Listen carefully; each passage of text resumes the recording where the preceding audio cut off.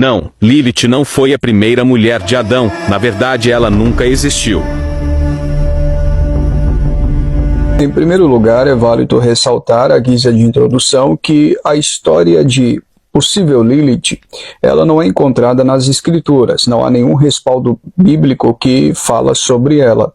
Existe só um texto no Antigo Testamento, daqui a pouco eu vou falar a respeito, mas não fala de Lilith pessoalmente.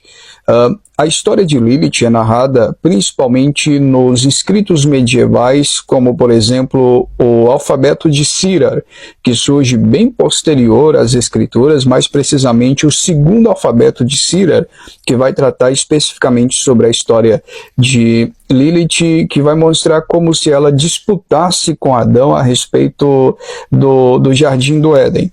É por esse motivo que muitas feministas, o movimento feminista, adora usar essa história da mitologia judaica para impor as suas convicções feministas a respeito do papel masculino. Em segundo lugar, é importante mencionar que o alfabeto de Cirar, ele data provavelmente, não se sabe exatamente a data correta, mas é bem provável que ele é datado aí de 700 a 1000 depois de Cristo, ou seja, ele é bem moderno, é bem posterior às escrituras, o que torna um pouco meio que descredibilizado teologicamente falando, ao citar Gênesis, por exemplo, o Jardim do Éden, dizendo que a Lilith disputava com Adão a respeito do reino do Éden e do Jardim do Éden ou coisa semelhante.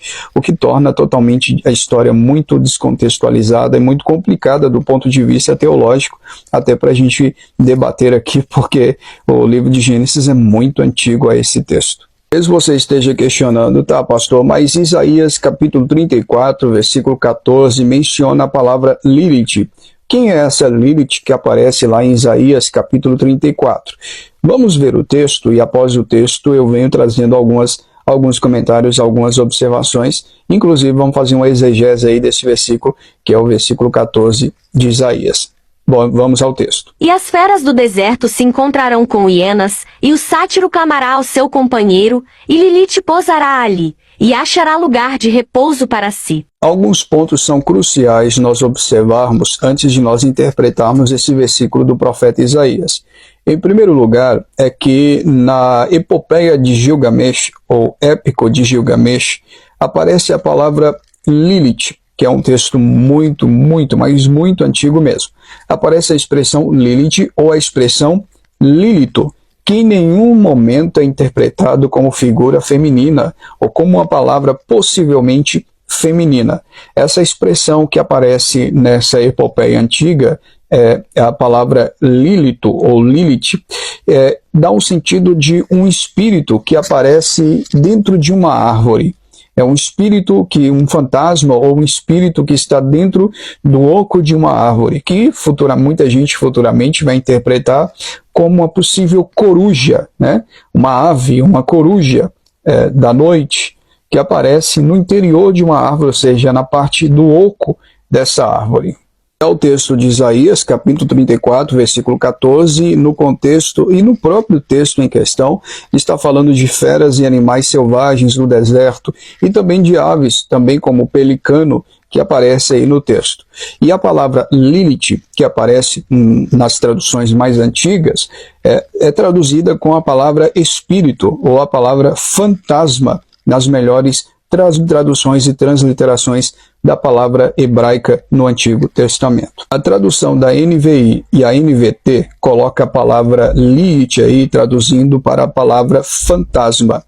Resumo da ópera, queridos, Isaías capítulo 34, versículo 14, não fala de Lilith que foi possivelmente primeira mulher de Adão ou que foi uma mulher, mas que foi uma criatura, um fantasma, uma coruja, um animal do deserto. O texto está falando literalmente de um local amaldiçoado, com criaturas impuras, criaturas da noite, animais selvagens da noite. Não está falando que é mulher, nem muito menos que foi a primeira mulher de Adão. Então é somente isso, não aparece em nenhum outro lugar nas escrituras esse termo novamente Lilith. O que passa é apenas superstições, misticismo de mentes que não entendem a palavra, que não estudam as escrituras, mas ficam correndo atrás de misticismo, de paganismo e de mitologias que não passam de histórias falaciosas que de nada edifica a nossa vida. Espero ter respondido à questão. Várias pessoas já me perguntaram a respeito disso e é muito simples e óbvio, como nós acabamos de saber. Deus abençoe você. Não se esqueça de compartilhar esse vídeo com os seus amigos e com aquele amigozinho seu que tem a curiosidade de saber sobre Lilith, ou as feministas, né? Compartilha com a feminista aí que eu tenho certeza que vai ajudar.